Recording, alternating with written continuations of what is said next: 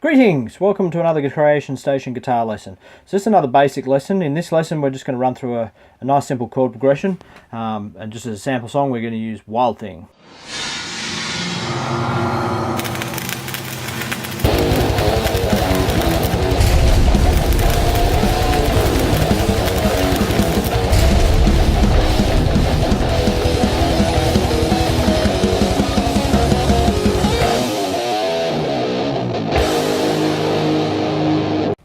So basically, what we're particularly going to focus on is the rhythm aspect of this and what the right hand's doing and exactly how you're approaching that. And what I'm going to do is break this into 3 lessons. So in this lesson I'm going to give you the general approach and talk through exactly what the right hand's doing, as well as simplifying what we're doing on the left hand, assuming that you are right-handed.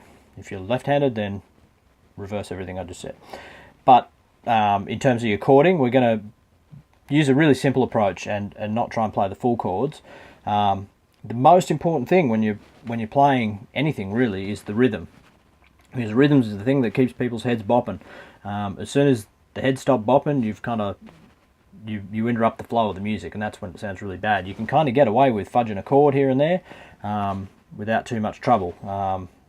If, for example, I play the riff.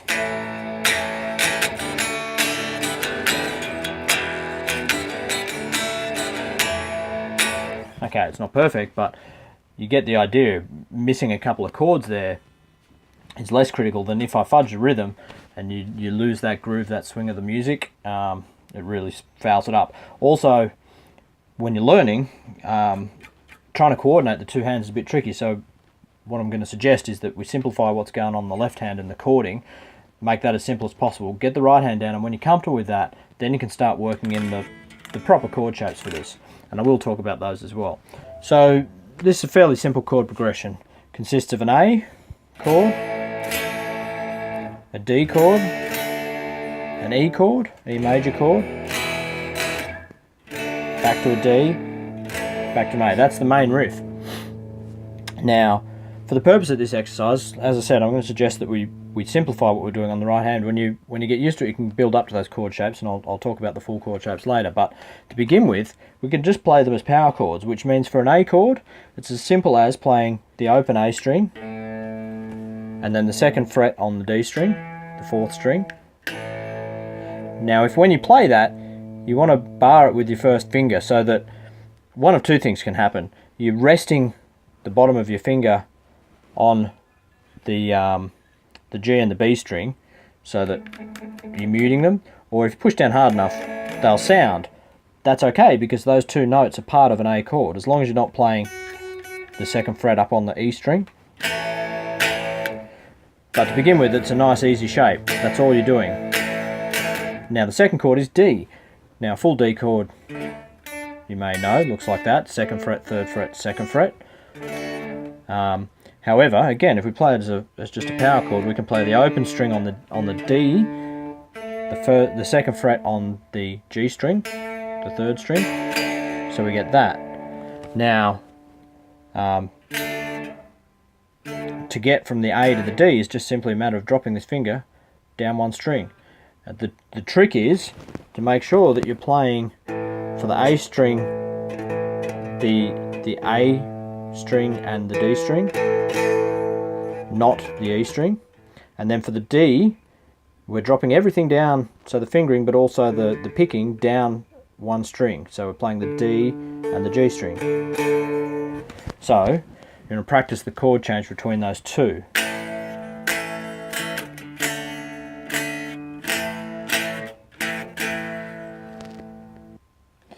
Right, so we'll just practice that chord change between those 2.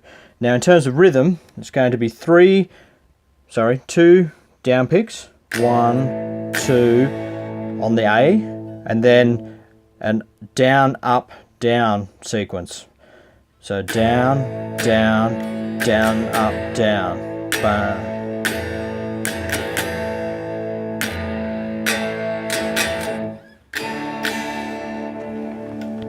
And then 3 on the D after that.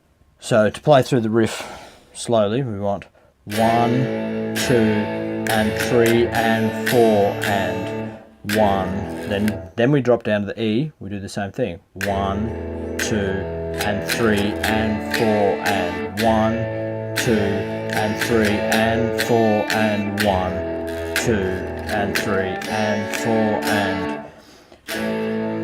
So that's the basic approach. Now, the only other riff you need to know for this song, once you get that part down, and as I say, I'll record a separate video looping through this slowly and then at tempo that you can practice along to. The only other riff is simply a G to A. Now there's two ways we can go about this, and I'll show you both. One would be to use power chords. So if you remember our power chord shape, and in this case from a G, G is on the 3rd fret of the E string. So this is your G note.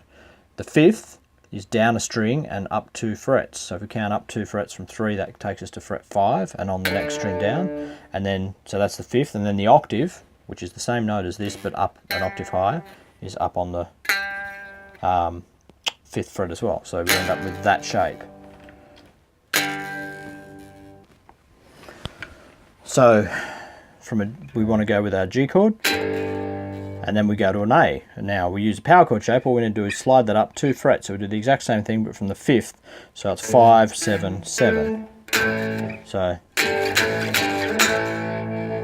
now that's just going to be a matter of playing that slowly and working the speed up to get that switching between the two. The easiest way to pick that is all with down picks.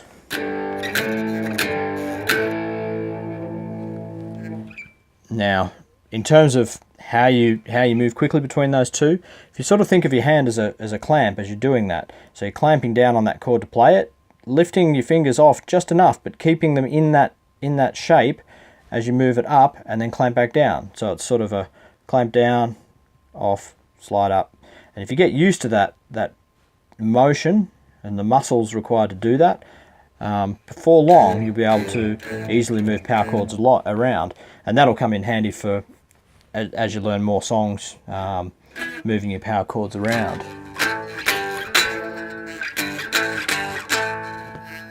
Now, an alternative way to play this would be to base it on our A power chord, exactly the same as the first riff, and then to play a single note for the G. Remembering that what I'm saying here is a basic approach to get you playing the rhythm, because what you really want to do is get into playing music as soon as possible and get the feel, and particularly get the right hand motions down. Then you can work into playing the full chords. So as a simplified version, now all I'm doing there is playing the G, just the root note, then the A chord. But what that allows me to do is keep my finger ready to play this A chord while I'm fretting that G bass note, again with down picks, just hitting the 6th string there, then hitting the A and the D strings for the A chord, and that allows me to very easily and quickly alternate between the two to get that riff. And that's basically all you need to know. Now in the next lesson I will break down the full chords and we'll look at that, and then I'll do also videos with the slow and the full tempo versions. Thanks for watching this one anyway guys, and I'll see you in the next video. Cheers.